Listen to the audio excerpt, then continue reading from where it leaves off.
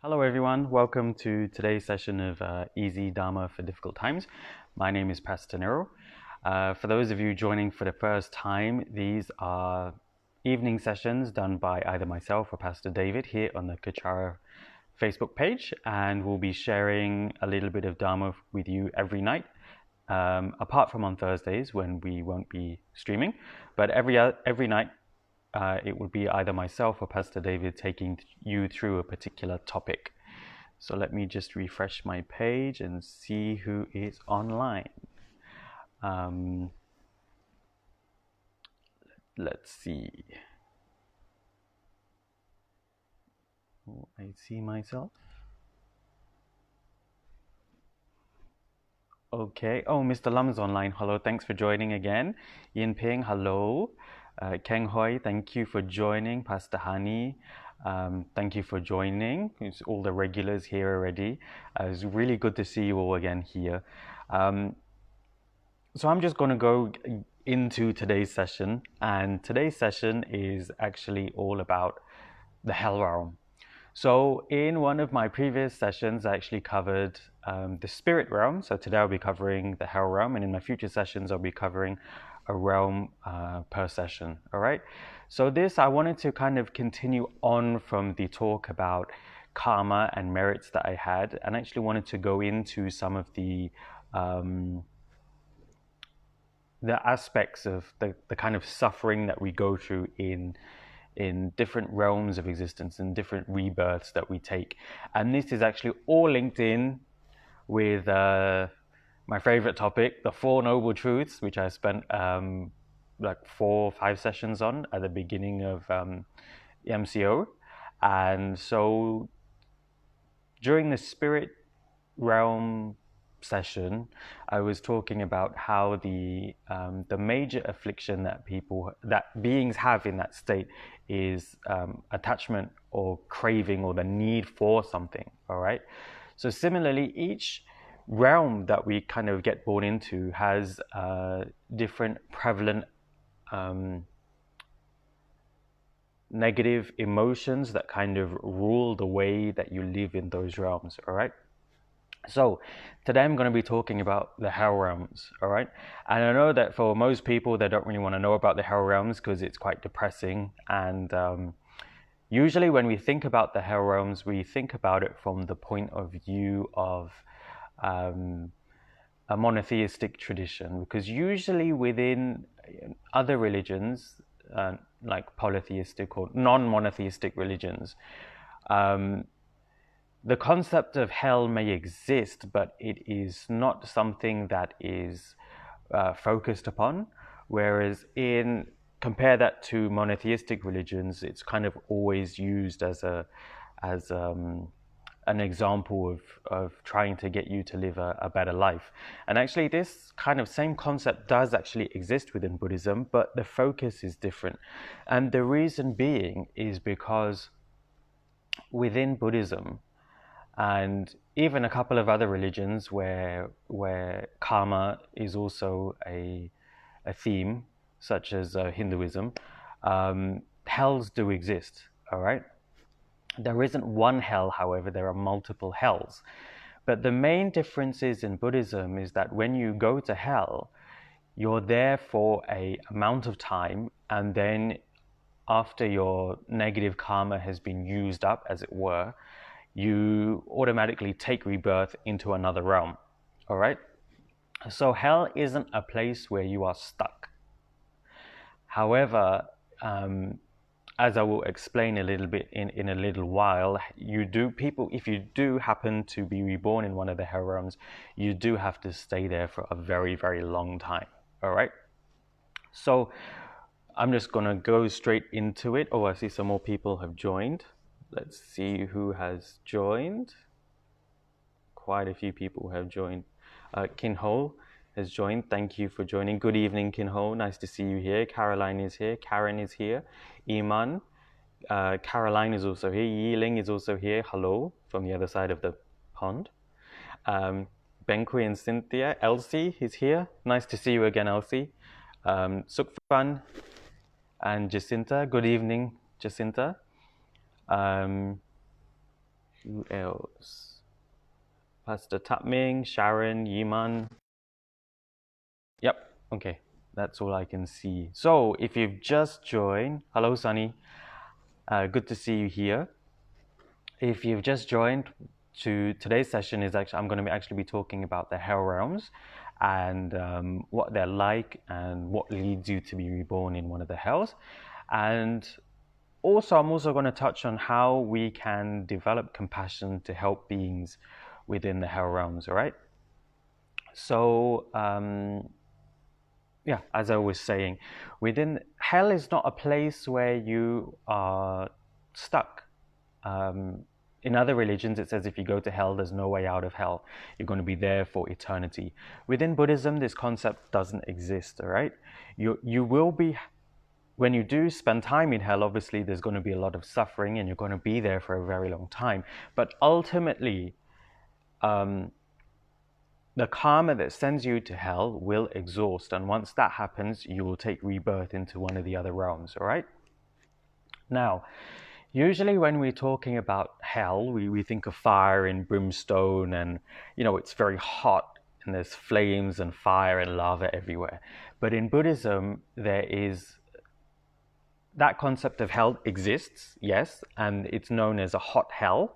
And there is also a type of hell known as a cold hell, which is the complete opposite. It's a place where everything is freezing, it's frozen, and it's cold, all right? So here we have two extremes. You have extreme heat and you have extreme cold, all right? Now, there's differing numbers of hells and they're enumerated differently in different texts, but the general consensus is that there's multiple hot hells and there's multiple cold hells, all right? Now, when we're reborn in one of the hell realms, either be it the hot hell or be it the cold hells, it's said that the body that we take is very fragile, all right? So the traditional descriptions describe it as kind of the body of a human, all right? But the thing is that the body is actually very, very fragile and it's very, very sensitive, all right? So your skin, your flesh, and is considered to be like that of a newborn baby, all right? If you think of a newborn baby has never experienced heat from fire or the coldness from ice, all right? So a baby's skin, a baby's flesh is extremely, extremely sensitive to hot and cold. And hell beings, unfortunately, have the same type of body, all right? So any physical sensation that they experience is extremely torturous, all right? So, within the hell realms, within the hot hells, obviously it's called hot because there's a lot of fire, there's a lot of burning, all right? So you have to experience the physical sensation of being burned by this heat. But this heat isn't the normal heat that we would feel from a fire, say, in the human realm. In fact, the heat is described as 7 times hotter than the hottest fire in the human realm, all right? So imagine, I'm sure everybody out there has had an unfortunate experience where you've been burned by fire, all right? If you haven't, you're extremely lucky, all right? But most of us out there have, at one time or another, throughout the course of our lives, been burned by fire. Now imagine that feeling that you went through, the physical sensation that you went through, and times it by 7, all right? This is the sort of suffering that a hell being needs to go through within a hot hell, all right? So I'm gonna get a bit descriptive and please bear with me. So I'm gonna describe some of these hot hells, all right? So,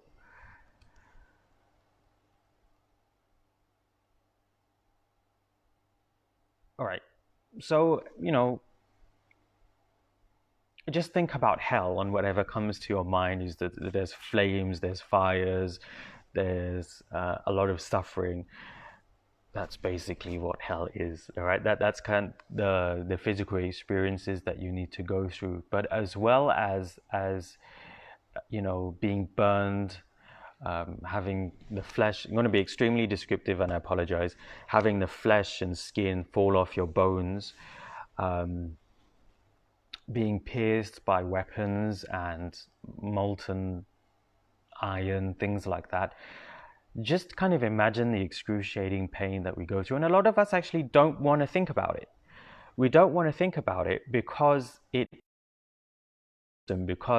is that painful. But within Buddhism is a religion that actually tells you need to face up to something. You need to recognize something before you can move on and transform yourself to become a better person. And this is exactly what the Buddha taught. I'm going to go back to the Four Noble Truths again. And the first Noble Truth was, there is suffering. All right. Am I still online? Yeah. Okay. I think. All right. And it's something that we need to think about. It's something that we need to ponder on. Something that we need to contemplate on. The kind of suffering that beings go through when you're in one of the hell realms. And there's different types of hot hells. There's even a hot hell where there's two huge mountains, all right? And you're reborn in between these two mountains. And these two mountains basically come together and squash everybody in between, all right? So if you're reborn in this particular hell, you're there, and then you get squashed in between these two mountains. Then after you're completely squashed and you're dead, these two mountains come apart again, and you come back to life. And then these two mountains come closer again, and squash you again, come back, and then you revive, all right? Hell is a place in which you die, and then you are revived again and again and again and again. So this can happen hundreds of times in a day, all right? Or because you need to experience the physical results of your negative karma. There's even a hot hell in which when you're born, the first thing that you pick up, be it a rock, be it whatever, turns into a weapon, and then you carry that weapon around with you. And then as soon as you see another hell being, you're so overtaken with anger that you go towards them, and all you want to do is you just want to kill them, all right? So you kill them. And then once everybody in that particular hell realm is dead because they've killed each other, you revive again. And you have to go through this again and again and again and again, all right? So this point about anger is important because I'll come back to it, all right? And conversely, on the opposite side, you have the cold hells. Now, the cold hells are kind of the exact opposite of the hot hells. Everything is cold. Everything is frozen. You basically come to life on a bed of snow, on a bed of ice, all right? The sky is completely black, completely covered over, because it's just covered with snowstorms and snow clouds. You can't see anything because it's so dark. All you can feel is the cold, all right? So the cold is to such an extent that over time you start developing cold blisters on your body, and then they burst, all right? And then you have to experience the suffering of the bleeding from there, all right? In other cold hells, it's so cold that your body is just frozen stiff, and the only thing that you can do is chatter your teeth because you're so cold, all right? The rest of your body is completely frozen, all right? And then again there, once your body gives out due to the extreme cold, you're revived again, and you have to experience the whole thing over and over and over again, all right? So I've given a kind of a brief explanation on the sufferings of the hell realm so far, all right? I've seen a lot more people join today's session, all right? Let's see who else. Jerry's online. Hello, thanks for joining again. JW Liu is also online. Pastor Shin has joined. Shin is also here. Thanks for joining. Tata Ong is here. Martin is also online. Gillian is also on. Sylvester, JC Go, Shireen's also here. Hannah and Pastor Gimli, thank you very much for joining. So what I've been discussing so far is actually the sufferings of being reborn in a particular hell, be that a hot hell or be that a cold hell. Now, what actually leads a person to be reborn in one of the hell realms, all right? And this is actually negative karma, all right? So if you build up negative karma in this life, and that negative karma is particularly strong at the point of our passing, you will be led to take rebirth in one of the hell realms, all right? One of the three lower realms, either the animal, the hungry ghost, or the hell realms. And particularly if your negative karma is extremely strong, then you will be reborn in one of the hell realms. Now, a lot of people ask, so what is the particular action that leads somebody to be reborn in one of the hell realms, all right? And it's quite simple, all right? During my talk on refuge, I was talking about the 10 refuge vows, all right? So you have 10 vows that you take, all right? And they're split up into 3 groups: vows pertaining to the body, vows pertaining to the speech, vows pertaining to the mind, all right? If you engage in these 10 virtues, these 10 non-virtues, all right? So if you actually do these actions, you are accumulating negative karma, all right? And especially, and this obviously will actually lead to rebirth in one of the 3 lower realms. So if you ask what sort of actions that leads to rebirth in the 3 lower realms, it is the 10 non-virtues, all right? Specifically, it is more to do with your physical actions. So the 3 non-virtues of the body, all right, which is killing, stealing, and sexual misconduct, all right? These 3 actions specifically will lead to rebirth in one of the hell realms, all right? So this is a particular action, all right? But what is the sort of mind frame, what sort of delusion that we actually go through in life, or that we have experiences of in life, actually leads to rebirth in hell on a mental level, all right? And here is what I was talking about earlier.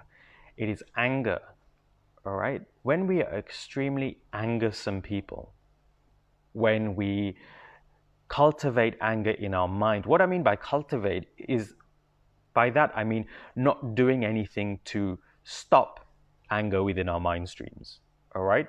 Not doing the opposite of anger, all right? Which is compassion. Not training ourselves to control our anger, not training ourselves to stop our anger coming across within our actions, be it through our speech, be it through our physical actions.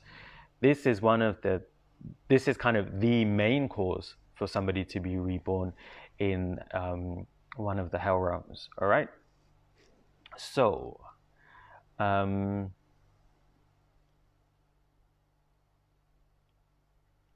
okay, so there it is, all right? I have some comments from Elsie. The hot hells makes me think of the laser treatment, the burning charred. Yeah, okay, all right. If you, just think about a laser burning you. That's kind of the pain, the torture that you need to go through because of your negative karma, all right? And then there's a comment by Pastor David. If you can share with us what Avicii and Vajra hell is and how we can take rebirth there. All right. Okay, so there's a comment by Pastor David. There's 2 particular hells known as Avicii, which is the hell of uninterrupted pain, and there's also something called the Vajra hell, all right? Sometimes in some texts these are known as the same hell.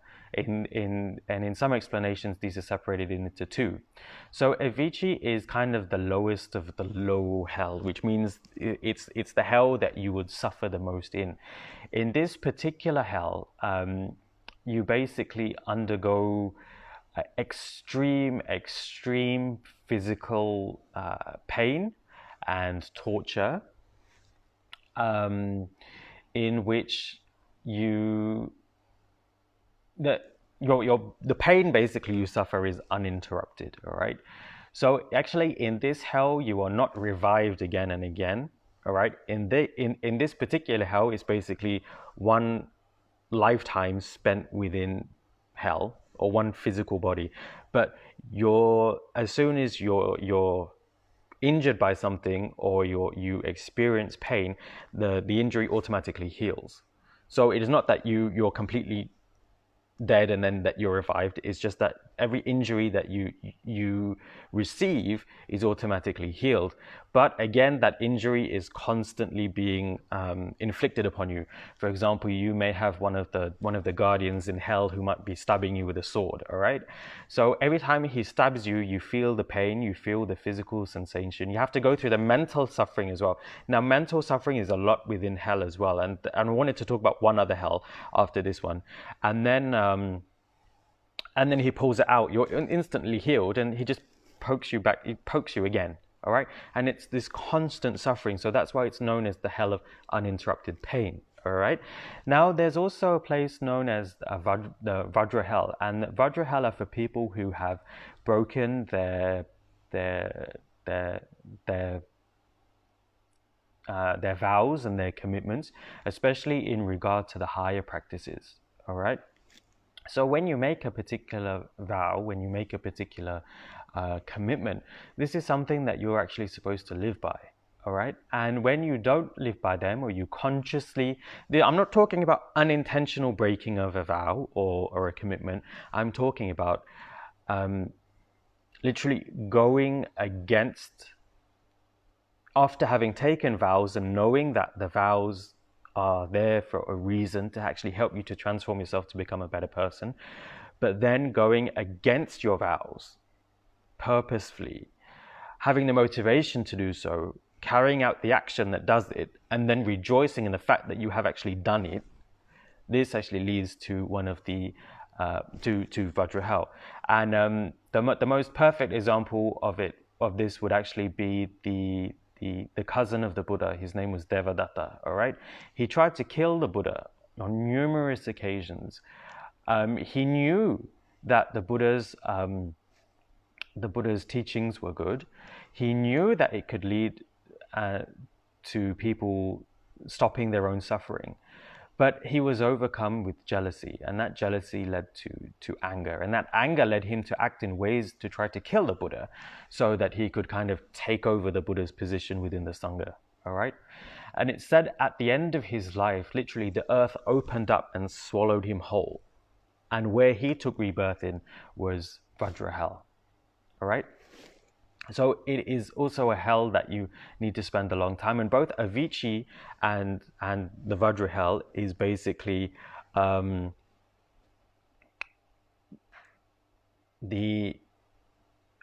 kind of the longest hells, in the sense that if you take rebirth there, it is the equivalent of millions and millions or even billions of our human years. Now, this is something about the hell realms that a lot of people kind of gloss over. The fact is that when you're reborn as a hell realm, this is one of the longest existences within the 6 realms. All right, if you're unfortunate to be reborn in the hell realm, it is the equivalent of millions and billions of human years. And in fact, within Buddhism, we know that the gods, those in the gods realm, which I'll talk about in another session, they're known to live a very, very long life. All right, to have very, very long lives. All right, but actually, even within some of the hells, if you're reborn there, you actually have to spend the time having to spend there is more than a lifetime as one of the gods. All right. So, got some more people that have joined. Pastor Antoinette Fuxwan has joined. Polly is online. And Sheen asks, is it definitely sure to go to hell if, as a kid, I kill plenty of ants? I'm not from a rich family, so normally I create my own toys in any way I can think of, inclusive of catching plenty of ants and packing them together in a piece of paper and then burn them to hear the pop, pop, pop. Sounds like firecracker. All right. Now, this is a good question. I'm not going to get into details of your particular instance, but what happens when we kind of inadvertently kill a living creature? All right. This actually does count as a negative karma, and it does actually count as the act of killing. All right. So if you do inadvertently, there's two situations here. One is inadvertently killing an insect or an animal, and the other one is intentionally killing. All right. So if you inadvertently kill a particular insect, you might step on them by accident or something along that line, you do create the karma of killing, but the karma isn't a full karma, because I'm going to shorten the process of karma. To commit a full karma, you need a motivation to kill, you need to carry out the action, and then you need to rejoice in it. Once you do those three things, you have the full karma of killing. But even if you do one of those, you do accrue a little bit of the karma of killing. So if you do inadvertently step on an insect or kill an insect, you do accumulate negative karma, but not as bad as if you had the motivation, the intention, you did the act, and then you rejoiced in it. That would accrue a full karma. Okay, I'm not going into the full detail of how karma is created, but in short, in essence, these three things basically. All right. However, if you have the intention of killing, then you kill and then you rejoice in the killing, such as in some examples of little kids playing, they might kill ants for fun or whatever. Yes, this does accrue the karma of killing. All right. So there's that. But even with that, I just want to say that the reason why some kids kind of do that and some kids don't is actually due to imprints from previous lives. All right. This is why it is very important for us now to actually transform ourselves so we don't continue with that cycle of accruing negative karma and accruing imprints within our mind streams that will lead us to do those kind of negative actions again in this life or in future lifetimes. So that's why it behooves us to actually practice right now. All right. Take it as an example of why we need to practice and why we need to practice right now. All right. Okay, a lot of questions. Pastor Albert's online. Okay, and Elsie is also online. Elsie said, same here, a lot of ants. All right. Now, talking about ants, all right, there is a mantra that we can do at the beginning of a day that you recite 3 times, and that you can blow on the sole of your foot, and then again 3 times, and then blow on the other sole of your foot. Basically, this is a mantra that if you inadvertently step on an insect, all right, it plants the imprints of enlightenment within their mind streams and helps them take a better rebirth. All right. So this, I will, once the session is over, I will come back to the comment section and I will paste the mantra here for all of you. All right. Okay. This mantra only works if you kill an insect or you step on an insect or a really small animal inadvertently. All right. So don't blow the mantra on your foot and then go stomping around telling everybody you're sending animals to enlightenment, because it doesn't work. All right. Only works. This mantra will only work if you do it inadvertently. But even in that case, it's better to prepare yourself. So it's a good mantra to recite and blow on the sole of your foot every morning, just in case, because we do live in Malaysia, we do live in a tropical country, and there are a lot of insects and small animals around. All right. So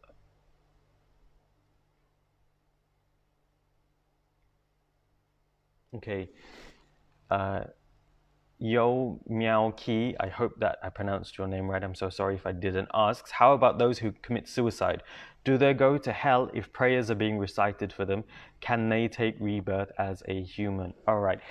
Any form of killing, including suicide, is an act of killing. All right, and it can lead to rebirth in one of the hell realms. All right, but there are a couple of ways that you can help a person who has committed suicide to stop them from being reborn in one of the hell realms. And in fact, you can help beings that have been reborn in hell already. All right. Now,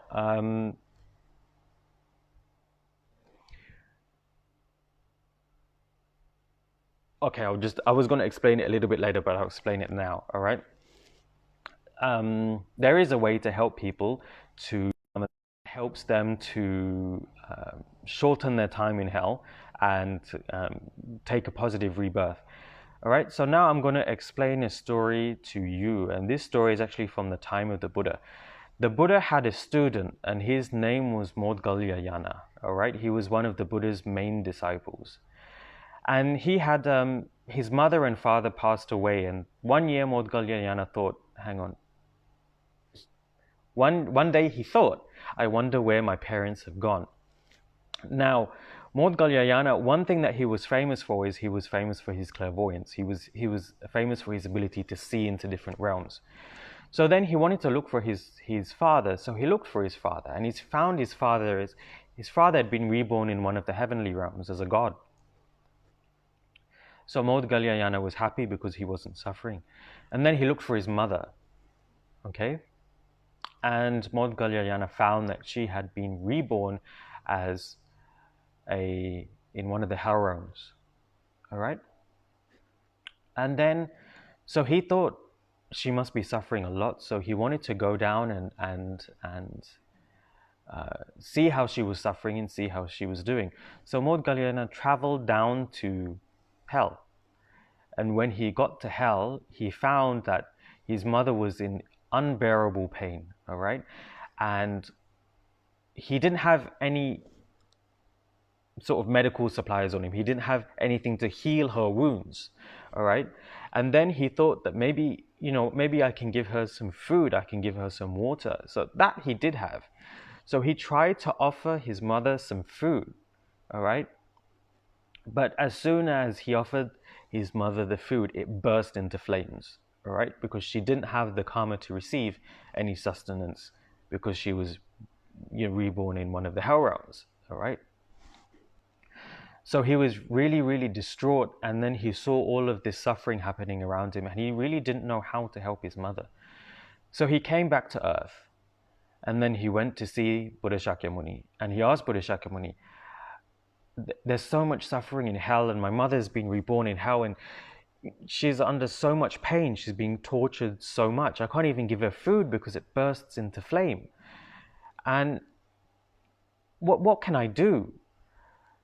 All I want to do is just give her some food to eat, just to ease her suffering a little bit, give her some water to drink."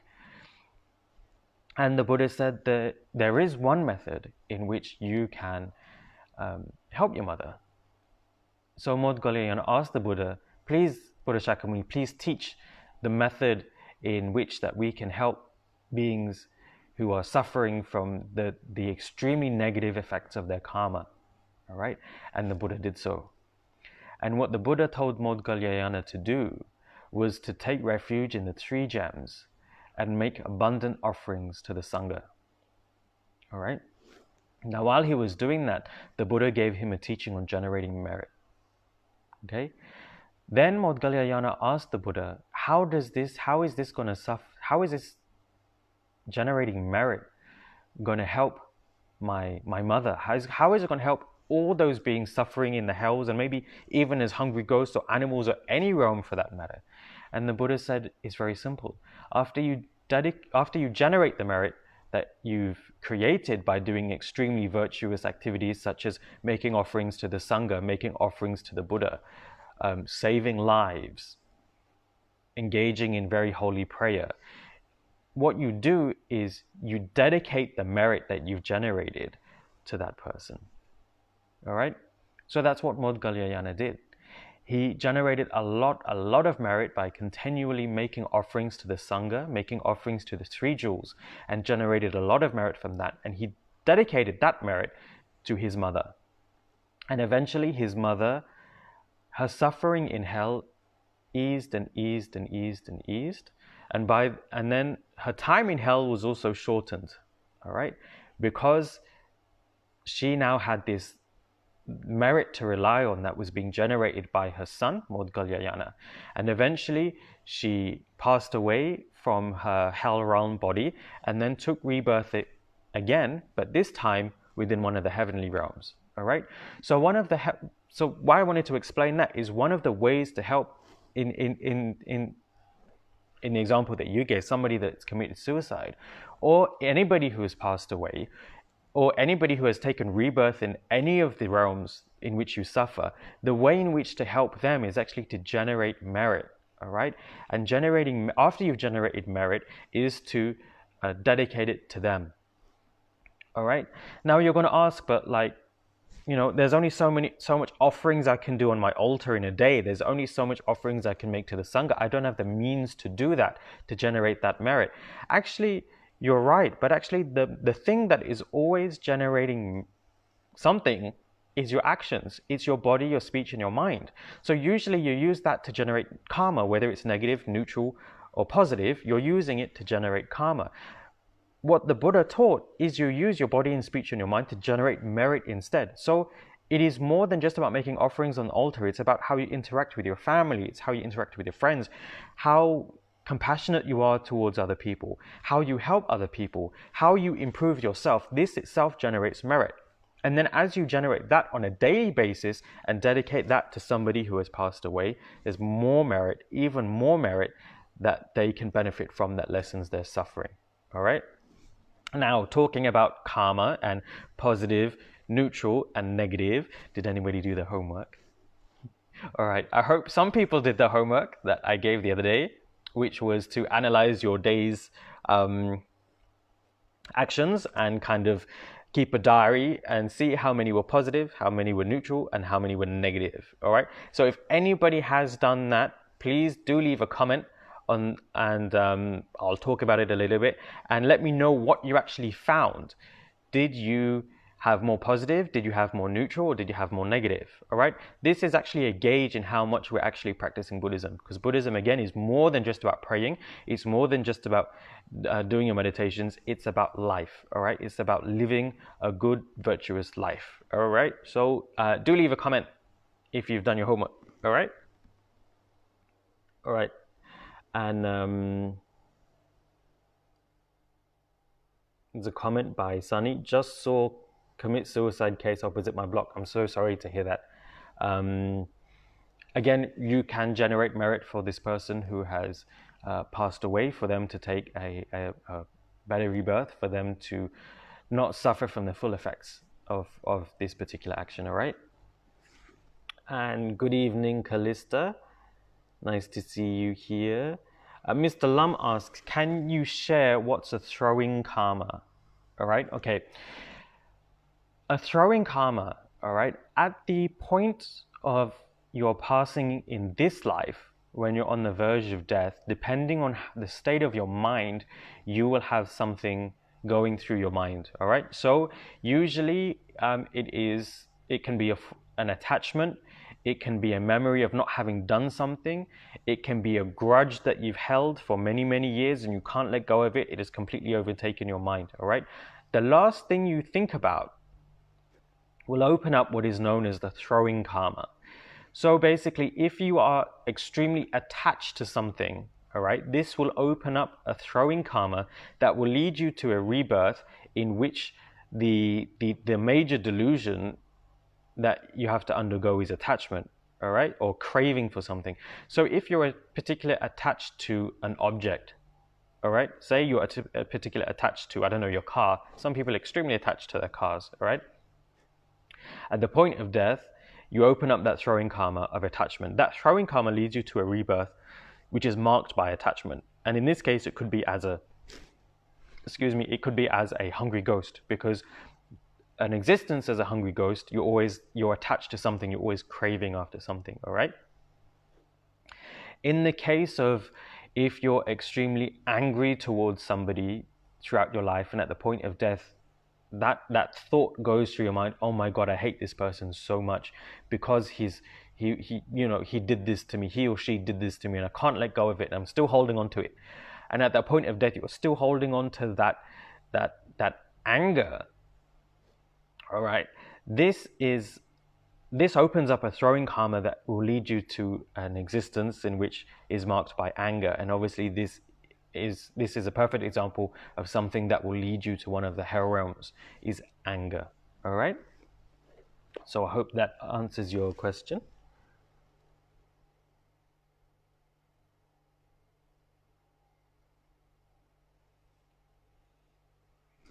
Okay, here Elsie asks, Pastor Niral, if my plant is infested by pests, then I remove the pests using pesticide, where does it fall? Pest as in equals scales. Okay, if it's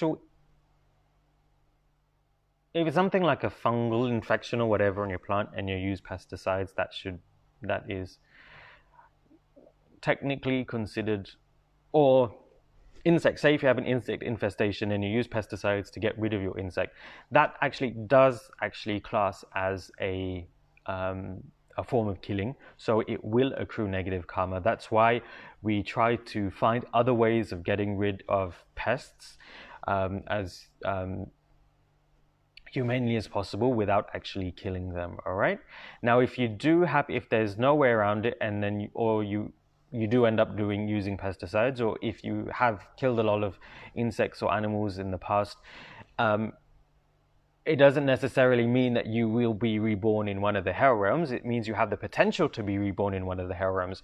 So the way to stop that potential from maturing is to actually practice Buddhism.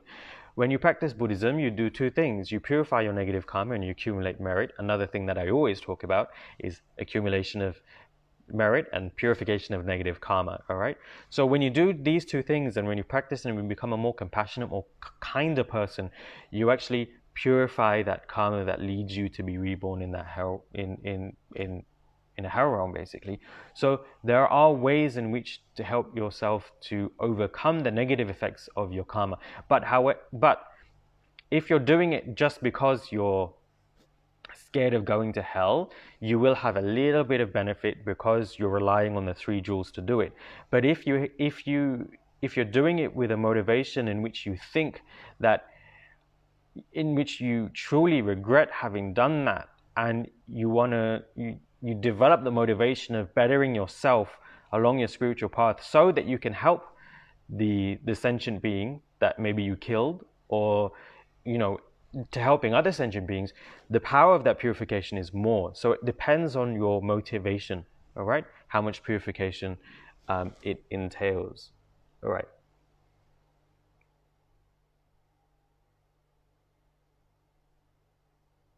Okay, Jerry asks a very, very good question, all right? It's a very relevant question to some people out there. What's your view on abortions? Will there be an avoidance of ending in hell, all right? Now, from a Buddhist perspective, any killing accrues negative karma, all right? So yes, even in the case of abortion, it will accrue negative karma, all right? However, it is a lot more complicated than that, because in most religions, it's just that, yes, it's wrong, or no, it's not wrong, and it's black and white. Within Buddhism, nothing is black and white, all right? Every situation has multiple facets to it and multiple aspects to it. And this is because there are multiple angles to karma, all right? Now, it's not so, this is a very good question. I'm not going to get in too much into it now. Actually, what I might do is I might have another session in which I will discuss questions like this, because it gets quite confusing for a Buddhist, what the actual answer is to this question, all right? But in short, it does accrue negative karma. That does not make the person bad, all right? Because within Buddhism, there is nothing as being inherently good or inherently bad. It just means that an action they took accrued negative karma, all right? And will lead to some form of suffering, okay? But obviously, again, if you're practicing Buddhism, if you're doing things like accumulating, purifying your negative karma and generating merit, then obviously the effects of this suffering is going to be less, all right? Now it gets quite complicated because you have, in this particular case, you not only have the karma of the mother, you also have the karma of the child, and you also have the karma of the people around. So it is very intertwined, and it's something that I probably won't be able to go into detail today, but it's a very good question. And there are other situations in which people get confused about a lot as well when it comes to karma and the effects of karma of doing certain actions. So thank you very much for asking this question. I will let you know which session I will talk about this and some other questions as well, all right? So I hope the short answer I've given you is okay, and then I will discuss, it's a very good question, I will discuss it later on in another session, all right? Chua Su Ming, hello, thank you for joining. Says, thank you for wonderful teaching, my pleasure. Oh, and my producer sitting behind me has already put up the mantra to bless the feet, all right, which I was talking about earlier, all right. Elsie Toy was, how can we know where our parents have taken rebirth? All right, that is a good question, all right. From the normal angle of it, you probably wouldn't know for sure unless you have some form of clairvoyance to be able to see, like Modgalyayana did. But obviously, in our cases, we wouldn't know.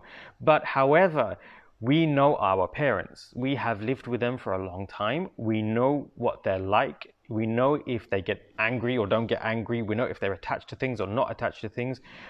If you can actually, you can actually sit down and can actually analyze what sort of temperament our parents have through their actions, because you know them very well, and then that you can kind of guess if kind of what sort of, is a guess, mind you, about what sort of rebirth they will take, depending on what sort of actions they have taken in this life and what sort of people they were in this life, all right? But even if you don't know where they've taken rebirth, but even if you love them, even if you do care about them, just dedicate the merit that you generate from your Dharma practice to them, because wherever they are, they will benefit from merit, all right? Wherever they are, their sufferings will be lessened because you are generating merit, all right?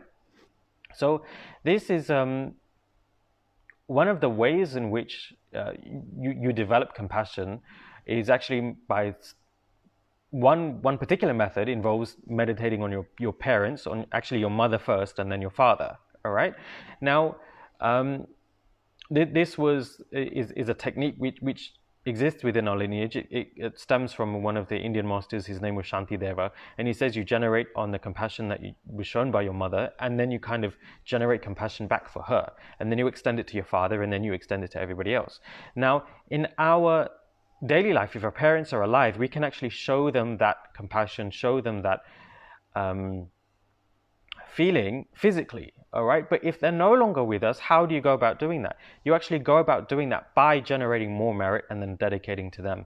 So it is more about what you do in relations to your parents rather than where they are, if that makes any sense, all right?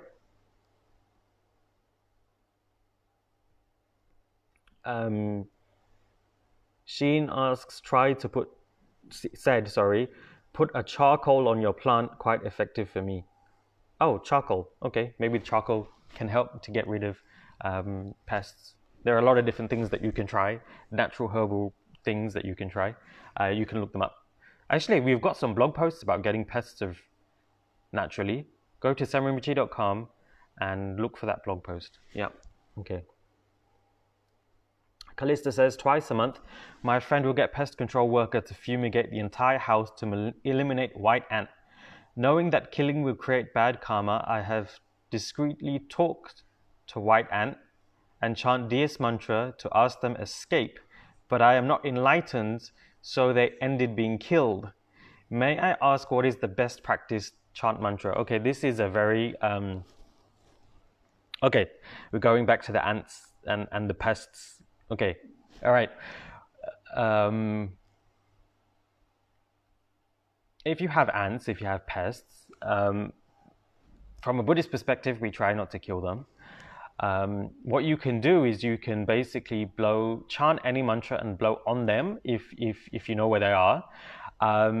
There's 3 mantras that Rinpoche always used when blessing animals and blessing insects. Now, Rinpoche had this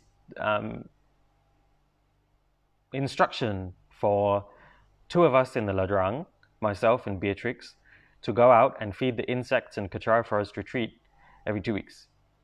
And the mantra that he told us to chant was Medicine Buddha. All right? So you chant Medicine Buddha, and then you use that to bless the particular insect or the particular animal. Rinpoche would always use 3 particular mantras to bless insects and animals. One is Medicine Buddha, the other one is Manjushri, and the other one is Dojo Shugden's mantras.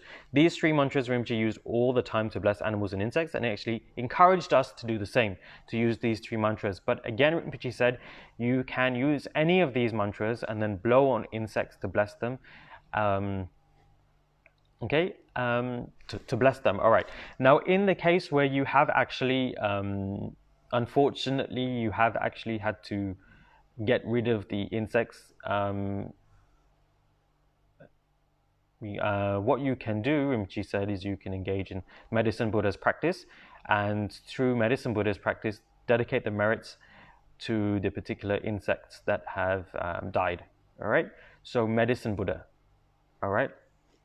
So it's very good to bless them after they have died as well. Because Rinpoche said Medicine Buddha plants very strong imprints in the minds of animals after they've passed away to alleviate their suffering so they don't suffer again in the next rebirths, and also to implant in their mind streams the seed of enlightenment. All right?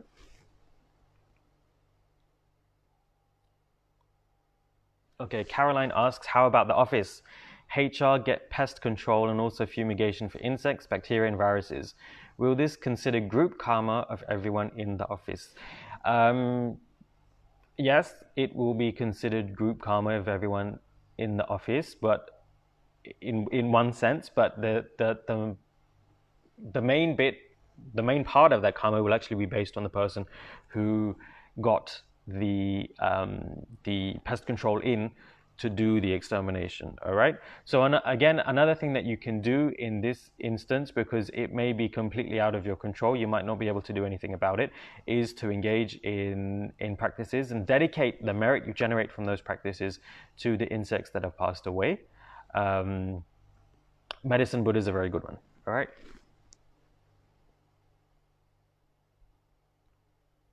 Okay, Mr. Lam. Okay, Mr. Lam did his homework, I think.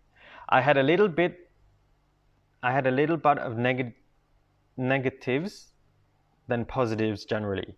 Positives, generating positive motivation, prior to starting my daily sadhana, and shared the daily meditation with my colleague and my son. Some negative, not conscious when waking up every morning with a virtuous thought or simple ways to benefit somebody, not consciously increasing offerings on the altar to the Buddhas. All right, now you see. Okay, now you see that you have concentrated on, everything that you put there is good, so the positives, you had the motivation, setting a good motivation, and then you did your daily sadhana and you shared daily meditation with people. That's very good. That's on the positive side. All right. Now then, on the negative side, you said not waking up with a virtuous thought. All right. Now, obviously, this is on your negative side at the moment. All right. But as you train yourself more and more, especially if you do your motivation correctly again and again before your daily sadhana, that motivation, because you become familiar with it, because you internalize it, eventually when you do wake up one day, you will find that you actually wake up with a virtuous thought. And then you can move that from a negative to the positive. All right? Which is a very good one. So this is actually one thing that I wanted to discuss about this little exercise that I set for all of you, is that you will see at the moment we end up. I have a fly on my hand, so I'm going to bless it with Medicine Buddha mantra, okay? All right. So the reason I set this for all of you is it's actually because it's a gauge to see where you are in your Dharma practice. Now, most of us actually, even if we think we're practicing Buddhism, we'll actually have a little bit more on the negative side than we will on the positive side. But what you do day by day, as you increase your motivation, as you change the way you actually live and the way you actually think, and you use the Buddha's teachings to transform that thinking into something positive, you will see day by day that you'll be able to transfer some of these items off your negative list and put them on your positive list. And this is a gauge of if you're really practicing Buddhism. All right? By practicing Buddhism, I don't mean just sitting in front of your altar and doing your sadhana. By practicing your Buddhism, I mean actually living the teachings. Buddha didn't teach so that you just read it in a book and you understand it intellectually. Buddha taught so you internalize the teachings and you live it. All right? So this is the reason why I gave you this little homework to do, is hopefully so you can see where you are on your Dharma practice, and day by day you can see how you're improving. All right?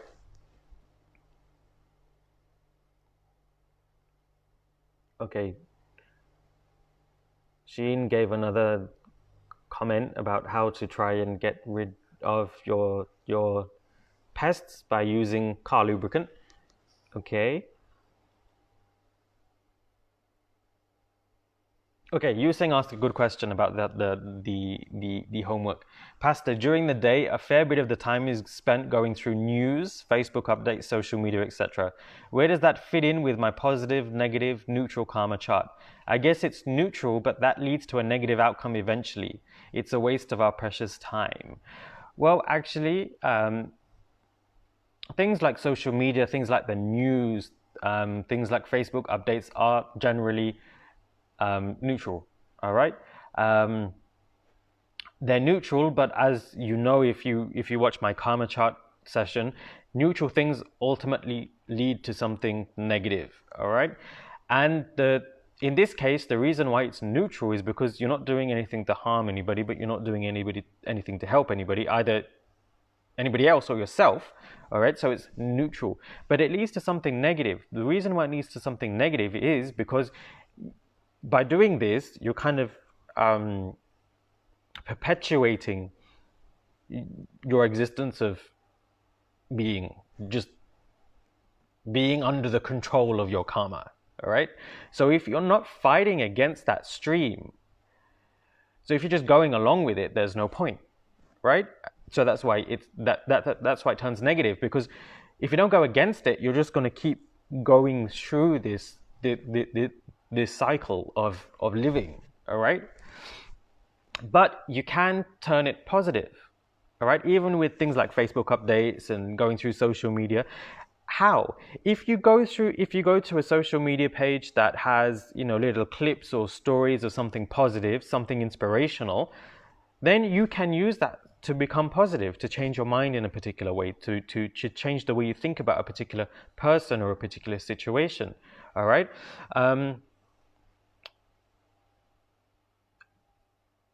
But on the opposite side, if you go to someone's Facebook page and all they're posting up is pictures of food they want to eat, and then you continue scrolling down and it's just pictures of food, pictures of food, pictures of food, pictures of food, pictures of food, pictures of food, pictures of food, and all you're doing is staring at a screen full of pictures of food, that's going to be negative. Why? Because you're actually increasing your attachment for food. All right. So anything in life can be positive, it can be negative, or it can be neutral. It's how you use it. All right. I'm talking about external things, right? Such as social media and Facebook and things like that. It's how you use it. Are you just using it to take up your time, or are you using it to benefit yourself or benefit somebody else? Is it inspirational for you? Do you share an inspirational story about how somebody saved somebody else's life, or how I don't know, vegetarianism is a good option for the world. Things like that. All right. It depends how you use it. All right. I've just got a lot of comments today. All right. Okay.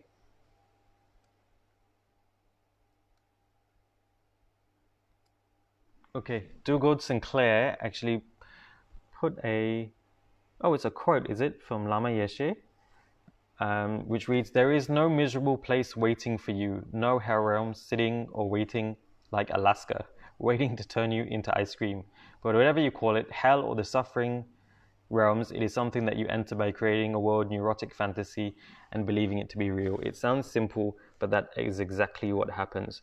Okay, this is a quote by Lama Yeshe, and how I've been talking about the hell realms is that I've actually been talking about the hell realms as a physical place, all right? But here Lama Yeshe actually explains the hell realms, or the concept of the six realms. He actually uses it to explain how we can suffer in this life as well, all right? Because you turn your environment into a hell, basically, and then you suffer like you're in one of the hells. But it's more of a mental framework, is more of a mental mindset. All right. So this is another way of talking about the six realms, but it's not something that I'm going to go into. But thank you very much, Dugald, for sharing that with us. All right. All right. We're talking a lot about ways to get rid of insects. Sharon says use neem spray. What is it? No, that's mine. Okay. Okay, perhaps using a pesticide, you can try getting like some sprays to repel, the pests, like neem spray. Neem's a good alternative. All right.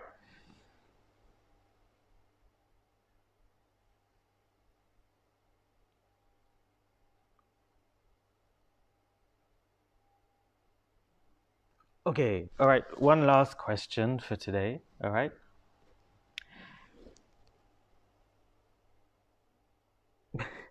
Okay, it's again with the pest control, all right? Hannah asks, how about if I use the pest control to avoid insects come? Is that bad attitude? Will it bring bad karma? Okay, if you're using pest control in not to kill, but as a repellent, all right? If they're using repellents that don't kill, they just repel, all right? You don't create bad karma using repellents, all right? But if you're using a repellent that also kills, this obviously accrues the negative karma of killing. So in this instance, I would suggest that if you're, try to use like a more natural insect repellent rather than one that kills. Or if you do, just get a repellent rather than a repellent and an insecticide together. All right, I hope that makes sense. So the repellent will just keep them away. If they come, it won't kill them. It will just try and keep them away. That is okay because it doesn't kill. All right? All right. Elsie put a comment, spent most of our time on FB these days because all of the programs are on FB. Well, yeah, I'm on Facebook too. You're watching me on Facebook, right? But this would be considered a positive point of Facebook because you're actually learning. You're learning something that will help you to transform your mind to become a better person. All right. So obviously, this is a good way of spending your time on FB. All right. Okay. So I'm gonna end it there. All right. Now, before I do end, I just want to cover the fact that even though I was talking about the hell realms and the things that lead you there, one of the reasons why Buddhism emphasizes understanding about hell realms and the suffering you go through is because it is a way to understand karma. It is a way to understand the negative effects of our karma. All right, and as I talked about in when I was talking about the Four Noble Truths, every always looking for happiness in some way or another. But usually the way we look for happiness, a way that actually keeps us bound to samsara. So if you're looking for true happiness away from this suffering, all right, the way to do it is to actually practice the Buddhist path, to practice and understand the Four Noble Truths and the laws of karma and generate merit to transform your mind to become a better person, more generous, more compassionate, more kind, a wiser person. All right? These are all the things that we should aim for when we're practicing Buddhism. Today's session, stay home, stay safe, and stay spiritual. And tomorrow's session will be led by Pastor David. There was an interruption.